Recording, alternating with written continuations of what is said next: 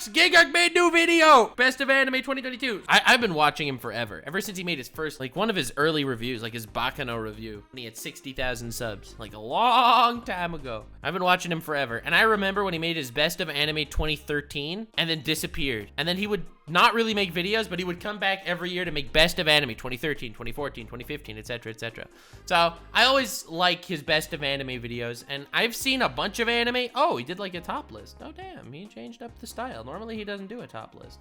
All right, let's see. Once again, we've reached the start of a new year, but before we say goodbye to 2022 completely, I gotta say, we got some pretty great anime, didn't we?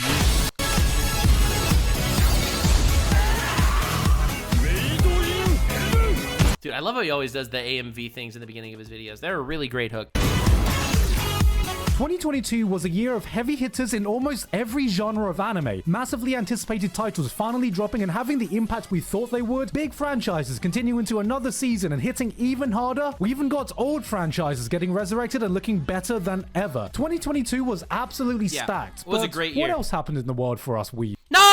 After 25 years, Ash finally broke his curse by becoming the Pokemon World Champion. News so big, it was reported like a real sporting event as the world celebrated, allowing him to finally retire at the ripe old age of 11. Italy had a surprising visitor as a certain promiscuous video of I love this! This is the coolest thing that happened in the whole year of 2022. Tifa Lockhart was accidentally played at their Senate, prompting the at the Italian Senate, they accidentally played porn of Final Fantasy. Anytime you'll ever see Italians more passionate than their pastor when asking for the sauce. This forever immortalized Tifa in Italy lore, becoming only the second person since Julius Caesar to be violently stabbed at a Senate in Rome. Ha ha.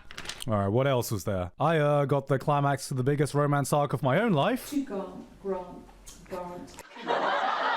2022 was a bit of a quiet year in terms of anime news. We didn't get any particularly big shockers or controversies. Even anime didn't give us any wildly bad stinkers compared to previous years. But what we got instead was we got some stinkers. Bloody great anime. This year was brutally hard to narrow down my list of favorites so I don't spend 2 months making an hour-long video. Normally I try to omit sequels and continuations unless it does something new or notable for me to talk about. Bro, Made in Abyss Season 2. Which makes it messy because so many of them did this year. This is going to be the longest list in a while, so I had to be cutthroat if I didn't have much to say. My Hero Season 6 is the best My Hero has been in a long time, but yeah, since Season 2, but still not quite good enough yet. JoJo. Bless your soul. You were right. Had his hype murdered by Netflix, but is still more great JoJo. Bleach is... Bro, you just gonna doubt that was the whole JoJo segment? Bro, JoJo Part 6 ending was fire! Return has been an absolutely incredible sight to witness. I'd forgotten Bleach could get this hype, but the last time I talked in depth about the OG Big 3, this happened. And I don't want to risk that for him. Oh, dude, I reacted to Gigguk's video. This is the funniest thing. I reacted to Gigguk's video and I got copyrighted. Video this big. Attack on Titan is also continuing to stamp its mark down on anime history. We got more incredible twists, more incredible hype, more of Eren being like, Boss, you killed a child. Amazing. Mission complete. Yeah! Murder! Genocide! I'm just waiting for it to finally learn what the word final means in final season before I fully pass judgment. Which is why I'm glad this next season is called Attack on Titan. Final season. The final edition. Yeah. Part 1. Yeah! Let's just get started. But before moving on to all the great I'm so excited. That means he's gonna actually talk about Made in Abyss. Penis life. Let's go. Close enough. When I think about watching golf, I think golf is one of those things I love to play, but when I watch it, you'd have a better chance of waking up a coma patient. So Birdie came in with the monumental task of tackling the Dog, I never even heard of this anime. Impossible problem. How do we make golf fun to watch? Gay girls, innit? Not golf enough. Honestly, I take it all back. This makes a lot of sense. How about we add special golf attacks, golf with guns, an underground golf syndicate with Golf Seto Kaiba in Golf Battle City where golfers have a golf duel to the death. One moment you can be watching a girl driving a ball through a moving train, and the next a dude is being assassinated on highway via rocket launcher. This anime is about as anime as anime gets, and if you're willing to give it a chance, it will golf you so hard you will be golfed into submission. Oh, nice boobs. I mean, this is a bloody wild ride from start to finish, and by the end of it, you'll be excitedly singing along to the catchy opening every time. Penis life. Yeah! Oh, this is a banger. This is an absolute banger. Every season, we get 1 or 2 new anime with the stupidest fucking concept of all time. Hey, Trapped in Another World as a Vending Machine is a brilliant one. Or Trapped in Another World as a Sword. Like they had a dartboard of random ideas that they tried to crash into each other and going, hey guys, what if this works? What's incredible is when it actually does. It worked. Paripikome, or your boy Kongming, yes, that's the official translated title, asks what happens if legendary Chinese tactician Zhuge Liang gets reborn to modern-day Tokyo to become the manager of an EDM idol and leads the girl to stardom using the art of war. It's an absurd idea that looks even more absurd on screen, but all it took was one look at the opening for me to go, you son of a bitch, I'm in. It instantly grabs you with this infectious Was that a Rick and Morty reference? charm and holds on tight. Whether you're seeing a breakdown of how ancient war tactics can be used to gain Twitter followers, or watching a historic Chinese figure spitting some fire bars in a rap battle. I know what you're already jokingly typing. Best rapper since Eminem. Wrong. Yeah, Eminem's alright, but has he ever roasted a dude so hard he fucking dies?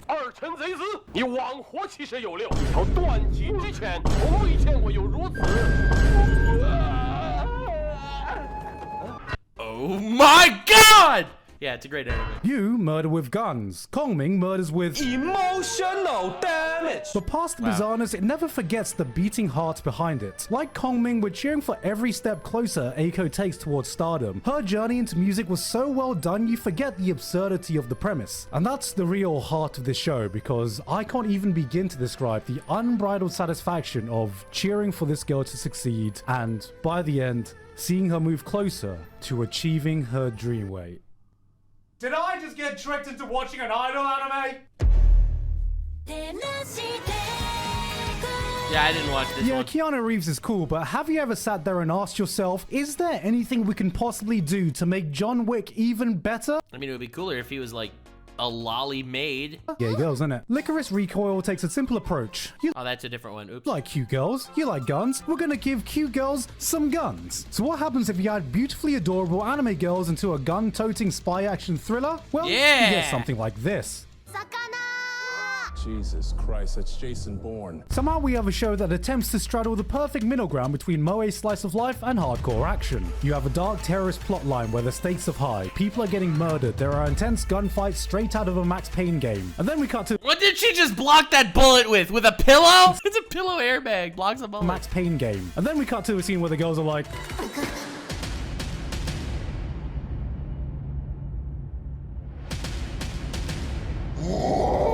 this deserves to be on the list, if not for giving us the most precious duo to come out of 2022. But if you're still like, okay, but how is this any better than John Wick? Well, Proven. My man makes fire points. You can't disagree with the logic. yeah. If I need your body, I'll fucking... All right. Ah, my mid, darling. Marin is still the best girl of 2022. It's not because she reminds me of my wife. Hey guys, it's your girl. They're the same picture. Damn. Blue Lock was fire. I watched Blue Lock and I really liked it. This year we were graced This is the best sports anime I've seen for a while. with World Cup fever, which was a blessing because we got not one but 2 great football anime, introducing weebs to the wonderful experience of watching a bit of footy at the pub. Don't. Just, you can't miss this. You can't miss. You can't miss this. He's bloody missed it. What a prat. What a brat! Owl actually was probably the most overlooked sports anime this year. Production IG just kill it every freaking time they do a sports show, and this was no exception. Showcasing the high quality they've done before with Haikyuu and Kuroko and bringing that hype to football. Then Blue Lock came along and Soccer! Blue Lock is better. went, "Pfft, look at this baby shit. These idiots, yeah, we're gonna take people and train them to make them the most egotistic human beings on the planet. We're gonna take the best character in the show and we're gonna kick him out of the whole program in the first episode and crush his dreams. Shit, nah, this is real football. None of that friendship bullshit. We're doing a football battle royale where the entire point is being selfish and egotistical. This broke every Hey, thing a football it was battle me. royale where the entire point is being selfish. Look, guys, it's me. Egotistical. This broke every cardinal rule previous sports anime had set up and was some of the most fun I had all year. But you know what was more anime than both these anime this year? The World Cup itself, baby. Upset after upset. We had the hype. We had the drama. We had one of the greatest World Cup finals of all time. Messi securing his status as the absolute GOAT. Mbappe carrying France. Boeing 747 carrying Belgium and Germany. England being... Harry Kane penalty is inevitable. He scores 100 times out of 100. England. Japan keeping the ball 1 millimeter in play to score the winning goal against Spain. Just what the hell were the script writers thinking? Yeah, this was actually the best sports anime of the year. Fuck these other two. There is no passion, there is no vision, there is no aggression in this World Cup. I don't know. I didn't watch the World Series. None of that crap, bro. I don't do sports. I'm a real weeb. Oh, it was only because of the lolly vampire, goddammit. Stellar action, compelling plot lines, interesting characters, all reasons we watch the anime we do. But I ask you, can a show be worth watching solely for vibes? Yes. Call of the Night is the anime that speaks to the soul of anyone who's ever been a night owl in their lives. I'm talking to you. Yes, you. Come on, it's 3 a.m. We're in fucking D-Gen hours now. What? I mean, I am doing an all-night stream right now, so... Are you still doing awake watching YouTube videos? Liam. There's just something comforting about wandering the normally bustling streets in the dead of night. Unless you're in America, and this is the feeling Call of the Night perfectly captures. Cityscapes dazzle you, the empty streets invite you in as the gentle soundtrack soothes you in to the... Liam, that's enough now. It's time to go to sleep, yeah? All those people who called me a sleepwalker, I woke up. Now I'm going back to sleep. Yeah, I didn't watch that one.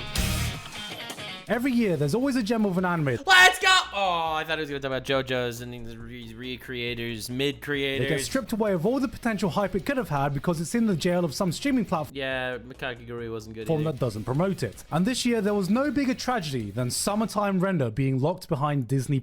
I never even heard of this show. What do you get if you cross ReZero with a Higurashi? Made an Among Us reference! This show, a dude returns home on an island to attend a friend's funeral, but something's off. People are acting strange. Something doesn't quite add up to the events of his friend's death, but no one wants to talk about it. Dude, in my chat right now, Neko Dice, Summertime Render was pretty shit, emo. Then Blarian, Summertime Render was great. Literally one right after the other. There's an air of unease that something terrifying is going on behind the scenes. Then, before you can even begin to paint a picture of what horrors are really lying underneath, he dies. Sounds like any other. That was episode 1. This is the kind of show that pulls you in from its opening episode and refuses to ever let go. It shows us the stakes and never gives us a moment to breathe. It presents you with this intriguing mystery, solves it in 2 episodes, and never gives us a moment to breathe. It presents you He's touching a boob. with this intriguing mystery, solves it in 2 episodes, and gives you 10 more, only to do the same thing over again. You're constantly on your toes, and just as soon as you think you've figured out the rules of the game, boom, it hits you Boobs. Let's go! with a new twist that changes everything. And what's the twist? Breast milk. It will keep you guessing, keep you thinking, all the way up to the final episode. And the only big criticism I can lay against it is that I need to give Disney my hard-earned money to Valid. watch it. I mean, or you could just pirate it. Did somebody mention the door to darkness? Yeah, Demon Slayer was fire. One thing I've learned about the anime community is the more popular a show is, the cooler you get for calling it mid. So, here you go. Demon Slayer Season 2 is mid. Way between great and bloody fantastic. And also mid up your mum. It doesn't have the most complex characters, it doesn't have the most original plots, but whatever it does have, really it nice. makes up for in Was a pure great undistilled hype. If actions speak louder than words, Demon Slayer is fucking screaming. The Entertainment District arc reaches an audio-visual experience few anime series can ever match, Yeah, raising the insane. bar for Studio Ufotable Absolutely beautiful already stuff. insanely high standards. When you tell Ufotable that your amp goes up to 11, they go, yeah, that's cute, and turns theirs up to 30. An adaptation like this shows that even people at the top of their field can strive to improve their craft. Because what they've delivered is an anime with the highest level of spectacle it can get. You hold your breath, waiting for that one climactic moment. It builds and builds, and you're on the edge of your seat, anticipating when that peak's gonna come. And just when you think the hype can't get even higher, It says to be continued, and you have to wait a week for the next one. it smashes past it to a point you ever thought it could go. I like my interpretation better. Your mind goes blank, taking in one of the most jaw-dropping visual spectacles anime has ever seen. And only then, when everything is said and done, do you remember to take a breath again. Yeah, it was great. beautiful. Spy X Family! I'm so glad he played the second opening. After all the non-related by blood antics I've seen in anime, I'd almost forgotten what a real family should look like, but thankfully, this man forgot what a real family should look like. He's been watching so much incest. Oh, Gigguk troubles, guys. It's like, oh man, here I am. I watched so much incest. I forgot about real anime because of all the incest that I always watch. Yeah, I watched both seasons of Spy X Family, and what a great show. What a great show. Spy X Family was the wholesome medicine I needed to cleanse my mind once more, even if this family is technically not related by blood. This is the latest in the— Shut up! No one's having— Oh, god damn it, bro! She's a child! The X series, where weebs can never agree whether the X is silent or not. And then there's this one guy I talked to last year that called this Spy multiplied by family. Oh, that's not a joke. That's not funny. Sulaf, if you're watching this, what the fuck, mate? Next time you do that, I'm actually calling the cops. Going in, the show was touted to me as a gag anime, and I'm gonna be honest, I didn't actually find it that funny. But that didn't matter because every episode left the biggest smile on my face regardless. It's the most wholesome show I've ever seen. Spy X Family reminded me of the types of old school shows I'd watch with my mum and dad on a Sunday evening when we'd spend time with each other. The type of show you'd put on at Christmas that helps bring everyone together. Sometimes it's not about having a super deep, interconnected plot line, but a simple story that'll brighten up your day no matter what and help you appreciate the family you have around you. Yeah, like honestly, like one of the best episodes, which is so ironic, was Anya goes shopping with her friend Becky. Becky makes a friend. Like it doesn't even have anything to do with the main cast, but it's just such a beautiful show. Just makes you feel all nice, warm, and fuzzy on the inside. Zero degenerate thoughts.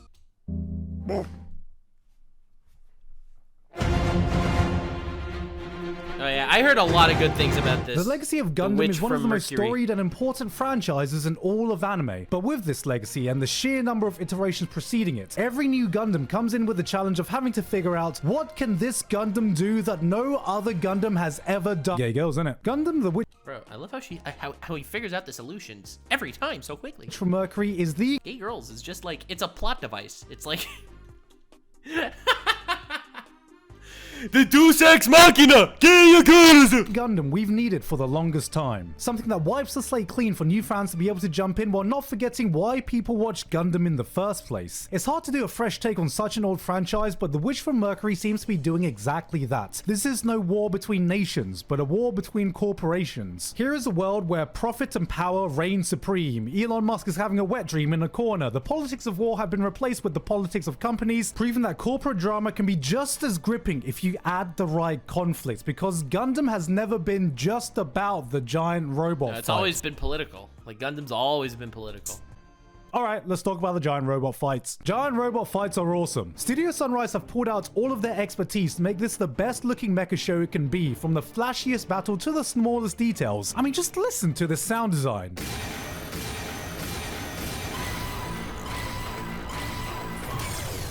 Now, I could have shown you some of its incredible animation or its orgasmic music, but nobody ever thinks about sound design. And if it can get us to notice small things like this, extrapolate that to what that means for the rest of the production values. Let's just forget about the fact that there's no sounds in space though. This is a AAA production. Shh, Gigguk! There's gay girls! Focus on that! From top to bottom, and it isn't afraid to flaunt it every episode. The Witch from Mercury isn't just here to compete with other Gundams. It isn't just here to compete with other mechas. It's here to stand toe to toe with the best things out right now. If you're new to anime here, if you've never seen a mecha in your life and you need a reason to get into giant robots, this is it. Damn, I never watched this show. I should totally watch it.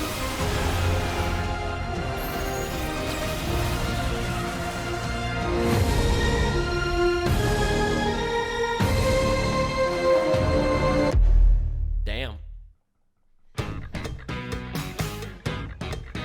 I mean, yes, but also better than Spy X Family?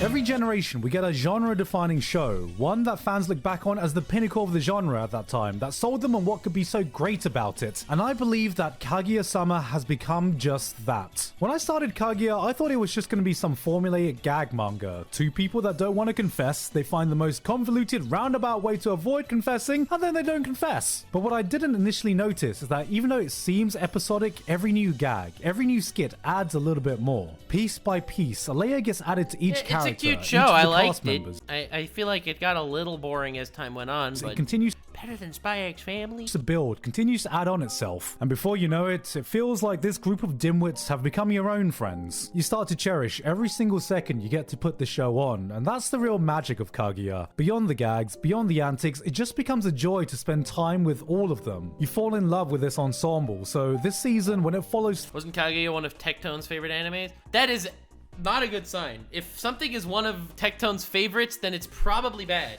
Tectone has some of the worst taste in anime I've ever seen in my life. Through and delivers through the build-up we were promised, it results in one of the most satisfying climaxes you can find in romance. Dragon Ball Z, Naruto, Demon Slayer, Attack on Titan. These are all generational anime people talk about as the shows that introduced them into anime, but once you get past the shonen mega hits, you'll find these other shows fans look back on that served as their definitive gateways into other genres. Without Haruhi, I would have never got into high school anime. Code Geass stood as that mecha show every non-mecha fan watched. Bro, don't even call Code Geass a mecha show. Code Geass is a strategy show. It's a dramatic thriller. Know exactly what generation you're from if K-On! Introduced you to the slice of life moe genre, and years from now, Kaguya-sama is going to be the anime this new generation of fans reminisce about when they talk about how they got into romance anime. Really? No. May. Alright, let's go. Come on. Okay, Chainsaw Man was pretty good. I'm not gonna lie. That's good. Chainsaw Man We came all knew into it would this be year here. with an almost impossible amount of hype to meet. But did it rise up to the challenge and prove us all wrong with this first season? Nope. No. But what we got was still pretty damn good. It's been a long time since I've seen an anime explode onto the scene this hard and this fast. For the inconceivable expectations it had, the craziest thing is that it almost stepped up to the plate to meet them. In the highly popular, highly competitive scene of safe, marketable shonen action shows, it blasted in, gave the middle finger, and went, It's a you, good I'm show. grab some titties. It's savage. It's out there. It's a show called Chainsaw Man, and it gave us a man that's a chainsaw. What? Yeah, facts. The fuck do we have to complain about? I mean, if there were gay girls, it would be better. The hype this show produced could only ever really be matched by how horny it made the fan base. You got power fans. Now here's their perfect girl. I too like women who don't shower, don't wipe smells, and leave their logs unflushed. How dare you! Power is amazing and perfect. We must protect her. Oh, why yes, how could you tell I play Super Smash Brothers? Then you have the Kobeni fans. Oh yes, my wife who is suffering, isn't she so adorable? Then there's Himeno fans. Who? Then there's Makima. Never before Oh god, here we go. has a character been so perfectly designed, so unequivocally unmatched, so incomparably unparalleled at eliciting the horny. If No Nut November was an impossible dungeon, she would be the final boss standing at the end of it. Every word, every action, every line she she's a utters got scary you lady. going like, My mind's telling me yes, but my body's telling me My man Gigguk's woofing out here. My man's barking so hard. On all levels except physical, I am a wolf. The real question at the end of this all is, can MAPPA carry on this insane quality they've given us with this adaptation into future seasons? Because it might not have met the hype this time, but after that last episode when those final credits rolled, I had one thought that engulfed my mind over everything else. We ain't seen nothing yet. Yeah. Yeah, I If you knew know Bocchi the me, Rock would be here. This screams Gigguk. No, I don't like slice of life. I don't like moe shows. I don't like cute girls doing cute things. So believe me when I say that Bocchi the Rock, a moe slice of life show where cute girls do cute things, is something really special. What makes this so special? Gay girls, innit? Wait, not this time. Bocchi is a show about this awkward gremlin who joins a band in hopes that she can get over her crippling social anxiety and achieve the popularity she never had. I know what you're thinking. Wait, I've seen this before. It was called Komi-san, or Watamote, or Hitori Bocchi. Yes. Except Watamote was pretty bad. What sets Bocchi apart is just how above and beyond it goes with this animation to convey these she just like me for real moments. Characters go in and off model. Animators just fucking give up at times. People start glitching in and out of reality. You may or may not have done the exact same things that Bocchi does, but you feel her in your fucking soul. It's like K-On, but newer. At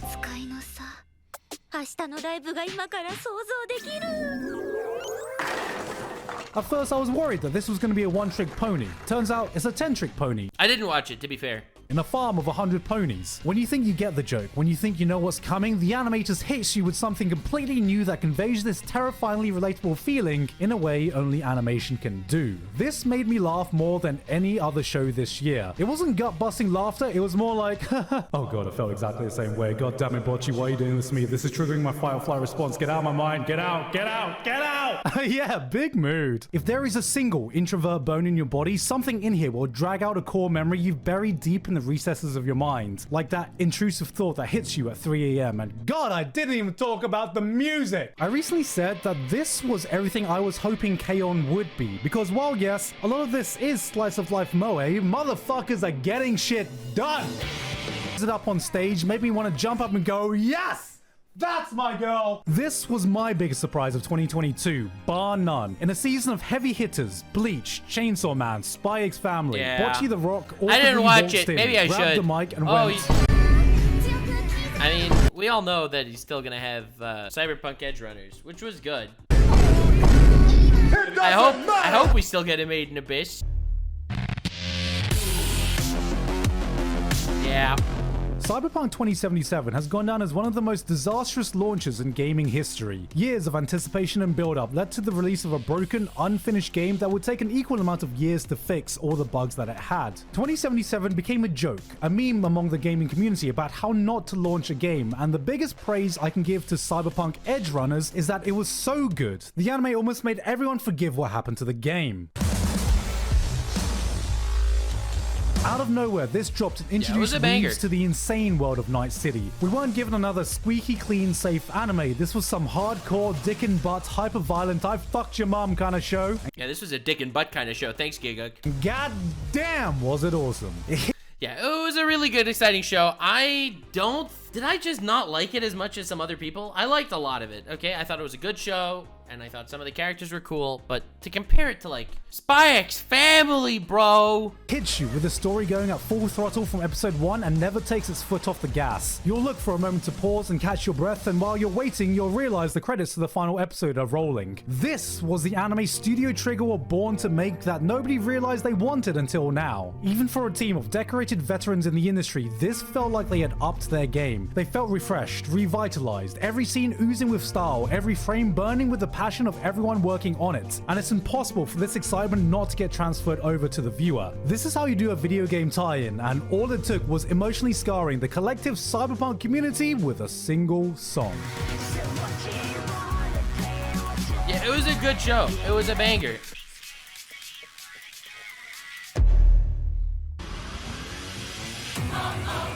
Yes! Mob Psycho 103. Dude, Mob Psycho is the best show ever.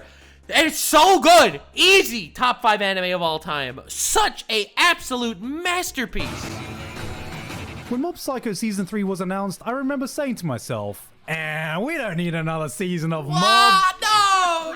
Season 2 was an action-packed masterpiece, combining some of the best animation you could ever find with masterful character writing the series didn't have before. And while I don't think Season 3 reached those same heights, it was one that was surely needed. This closed the final chapter to Mob's character and everyone around him. In a sense, this felt like a season-long epilogue. While I wondered where the story could go after Season 2 cleared up all its plot points and defeated the big evil, Season 3 took a step back and went, how do we give these characters the send-offs they deserve? Reagan, the man so full of bullshit he can sell Hamon to a Stan user, ends the series in the most honest way possible. Dimple, Ritsu, Hanazawa, and most importantly Mob, for all the flashy fight scenes, it showed that its true heart lies in the characters. It taught us how to accept ourselves through the eyes of Mob's journey and ended his story in the most perfect way possible. Studio Bones can finally take a bow for the work they've done here. From start to finish, Mob has felt like a passion project that has pushed the boundaries of animation to its limits and beyond.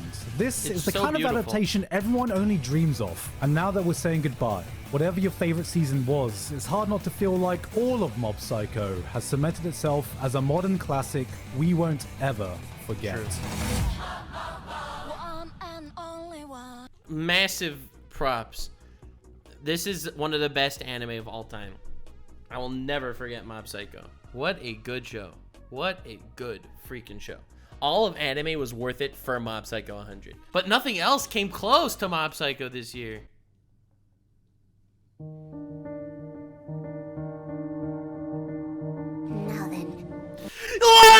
freaking go! My man is based. Let's go, baby. Woo! Yeah, baby. Finally, someone giving it the respect it deserves. Let's go. Ha! Made in Abyss is underground kick W. People don't watch Made in Abyss. It's like you talk to every anime fan. No one ever saw Made in Abyss. It's like, what about Made in Abyss? Oh, I never heard of that. Is that good? Oh, I heard it was scary. She won't be lonely so soon. Until the soul comes. Let's go! When I put on a happy movie, I know to come out expecting to feel happy. You won't come out feeling happy with this one, baby! To expect coming out feeling a bit sad. But sometimes I encounter a piece of media that leaves me with an emotion that is utterly indescribable. Can we just appreciate the fact that I called this from the first second of the video? I was like, oh yeah, Made in Abyss, best anime this year. Like, hey, could we just take a moment to respect me? Indescribable. And that's how Made in Abyss Season 2 left me. It's been 5 years since the first Made in Abyss, and now the cat's out of the bag. We know this isn't a cutesy, happy... I remember getting into a fight like 5 years ago when Made in Abyss came out. Who was it? I think it was with Mother's Basement. I got into a fight with him like 5 years ago. I said, oh yeah, Made in Abyss is the best anime of the last decade. Like, no, I said to him it was the best anime since 2011. No, I remember. Okay. I said to him it's the best anime since One Punch Man. And he ended up getting into a whole fight. Show, bad things happen. People, probably children, are going to suffer, and you're going to need a good hug by the end of it all. And even knowing this, I was not prepared for the experience this was gonna give me. Every season of Made in Abyss, every movie, it hits you so hard in a totally different way. Like, you'll see some tragedy happen, and you'll be like, oh, so there's gonna be some sort of tragic thing that happens in the next season. And then it'll wallop you, baby. It'll wallop the ever-loving crap out of you. It'll hit you in a completely different way. Made in Abyss takes humanity and dissects it to its core. This is no longer simply just a sad show or a dark show. Before, the rules were more simple. You go down deep and maybe you encounter a really dangerous animal or some crazy evil person. Okay, Bone Druid is still one of the best villains in all of anime. Fact. But now, the terrors you encounter cease to follow any logic you're familiar with. We wander around in this non-Euclidean world where the laws of the universe are governed by different systems. The mysteries of the world refuse to give up its secrets. Eldritch horrors lurk around every corner, and your mind can only attempt to comprehend the nightmares you uncover behind them. Made in Abyss 2 contains some of the most haunting things I've ever seen in anime. But none of it was because of some simple violence or gore, but ideas and imagery that disturbs me to my core. Yet somehow through all this, there's a gentleness to its story. For all its terror, this is a hauntingly beautiful tale. That is what is scary. That's exactly what is scary. You hope in a place of hopelessness, then smashes it all away, terrifies you without scaring you, and hits you with a soundtrack that makes your soul just wail.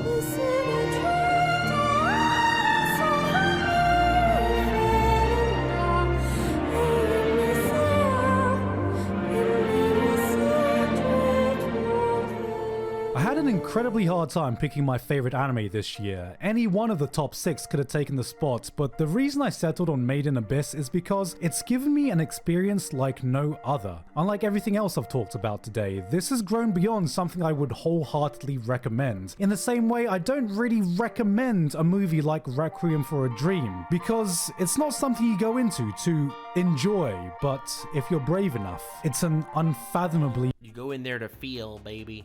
It teaches you who you are. Powerful experience that will haunt you for years to come.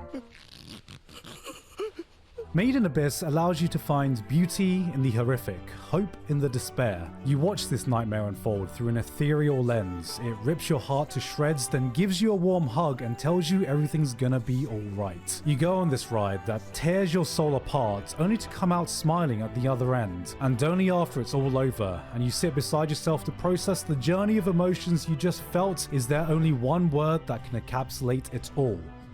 Wow. Such a good show.